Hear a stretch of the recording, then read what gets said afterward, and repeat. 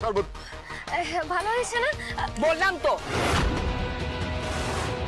এই নোংরা গ্লাস আমি কিছুতেই খাবো না।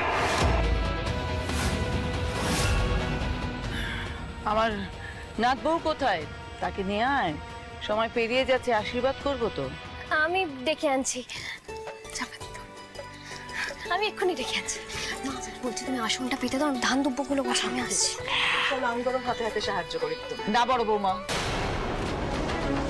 তুমি ছেলের মা, ছেলের আশীর্বাদে কুটুমের বাড়িতে এসে আয়োজন করা তোমার সাজে না। ছোট বৌমা তুমি বরং যাও।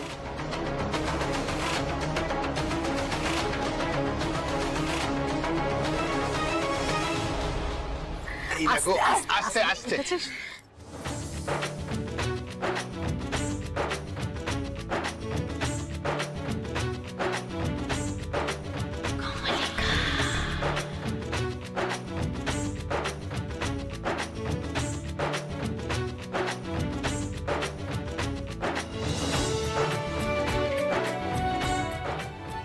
মা, এই যে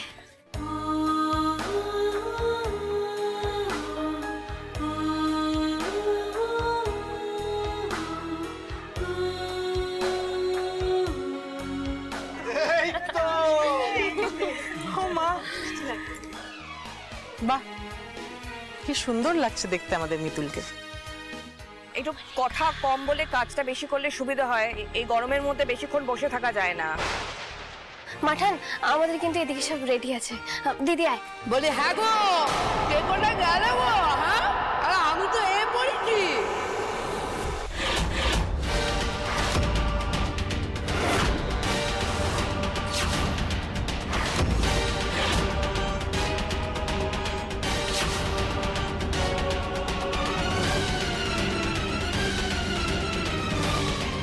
পুষ্প এখানে কেন? আরে ও বউ, শুনলুম নাকি বড় বাড়ির সব লোকজন তোমার বড় মেয়েকে আশীর্বাদ করতে এসেছে। তা আমি ভাবলুম ভালোই তো, আমি অমনি যাই, আমার ঘরের হবু বউটাকে একটু আশীর্বাদ করে আসি।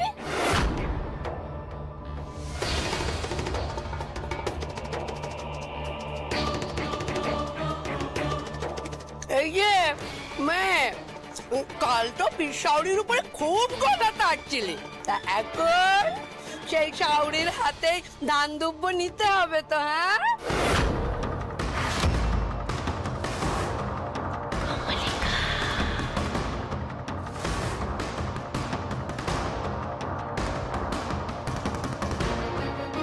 এসবের মানে কি?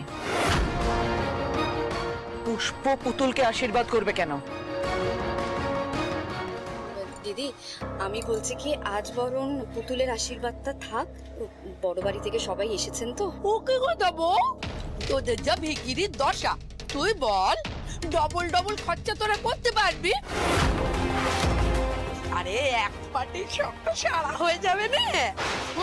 তরিয়া তরিয়া মাই তরিয়া তরিয়া, আমি একটু বসি এখন। হ্যাঁ, সরো দিকে নে, সরো সরো। যা যা যা, তৈরি হ তৈরি হ। স্বপন, গ্রামে যেটা রটেছে তাহলে সেটা সত্যি। তুমি তোমার দুই মেয়ের আশীর্বাদ একসঙ্গে করতে চাইছো, কিন্তু সিধুর পিসি এখানে কেন এসেছে পুতুলকে আশীর্বাদ করতে সেটাই বুঝতে পারছি না। আগে মাঠান, সিদ্ধেশ্বরের সাথে পুতুলের বিয়ে ঠিক হয়েছে।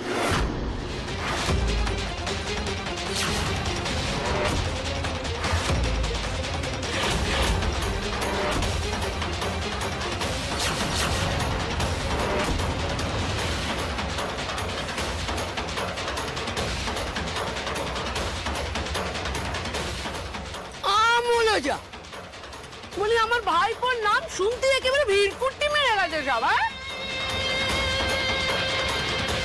তাই যে পুতুলের মা, বলে রাখছি আমি, পুতুলের আশীর্বাদ আমি আগে করব, তারপরে অন্য কথা। আমার এখন মেলা কাজ আছে। হ্যাঁ, তা কি করে হয়? ওনারা তো আগে এসেছেন। এত কথার জবাব দিতে পারবো না। বলি বড় বাড়ির লোক এসে বলে কি মাথা কিনে নিয়েছে? হ্যাঁ, আমার সিঁদুর বুঝি মান নেই? পুতুল, তুমি যাও, তৈরি হয়ে নাও। তোমার আশীর্বাদই আগে হবে।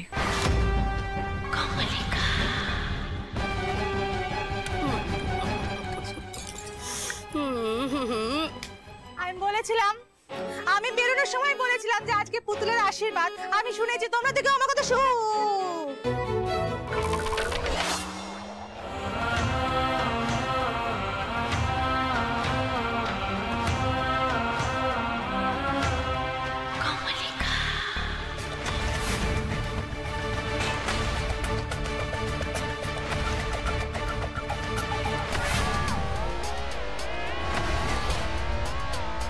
কি যোগমায়া দেবী, তোমার সাধের পুতুলের কি হাল করলাম দেখো। এবার সারা জীবন ওই রাক্ষসটার মুখের খাবার হয়ে থাকতে হবে পুতুলকে। স্বপন, তুমি একবার ওদিকে চলো, জরুরি কথা আছে। ও দত্ত মাসিমা, আপনার ওই কেলে কুচ্ছিত নাতনিটা হিললে হয়ে গেল গো। হ্যাঁ, বলে দেখেন, সিধুকে তো আপনারা কম জ্বালাননি কিছু। এখন সেই সিধুই আপনার নাতনিকে উদ্ধার করলে। কত বড় মন আমার ভাইপোর। হ্যাঁ, এইবার দেখবো আপনার ওই পুতুল রানী তার তর্পণই যায় কোথায়। স্বপন, তোমার কি মাথা খারাপ হয়ে গেছে? পুতুল কালো হোক, পড়াশোনায় খারাপ হোক, কিন্তু সে তো তোমার নিজের মেয়ে। কি করে পারলে এভাবে ওকে জলে ফেলে দিতে? আমি পারলাম না মাঠান, পুতুলকে বাঁচাতে আমি পারলাম না। আমার এই ছোট মেয়েটা সারা জীবন ওর দিদির জন্য সবকিছু ত্যাগ করে এসেছে, আর আজ তো নিজের জীবনটাই বলিদান দিয়ে দিল। এই বিয়েটা আমরা কেউ চাইনি, কেউ কি চাইতে পারে মাঠান? বাধ্য হয়ে। কি কারণে বাধ্য হলে সেটাই তো জানতে চাইছি। মাঠান,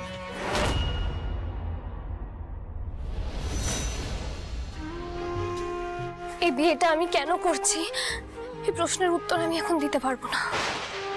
আমি শুধু এইটুকু বলতে চাই যে আমার উপর কোনো সিদ্ধান্ত কেউ চাপিয়ে দেয়নি। এই সবটা আমার সিদ্ধান্ত মাঠান। তুই কি পাগল হলে পুতুল? ওই জানোয়ারের মতো লোকটার সঙ্গে তুই সুখী হতে পারবি? কি এমন পরিস্থিতি হলো যে বলি ও বড় বাড়ির বউ, তা আমার বাড়ির হবু বউয়ের সঙ্গে এত গুজুর গুজুর ফুসুর ফুসুর কি হচ্ছে শুনি? আমি আর অপেক্ষা করতে পারবো না। মেয়ের সাজ হয়ে গেছে, এবার আসবে, আশীর্বাদে বসবো। এমনিতেও এখানে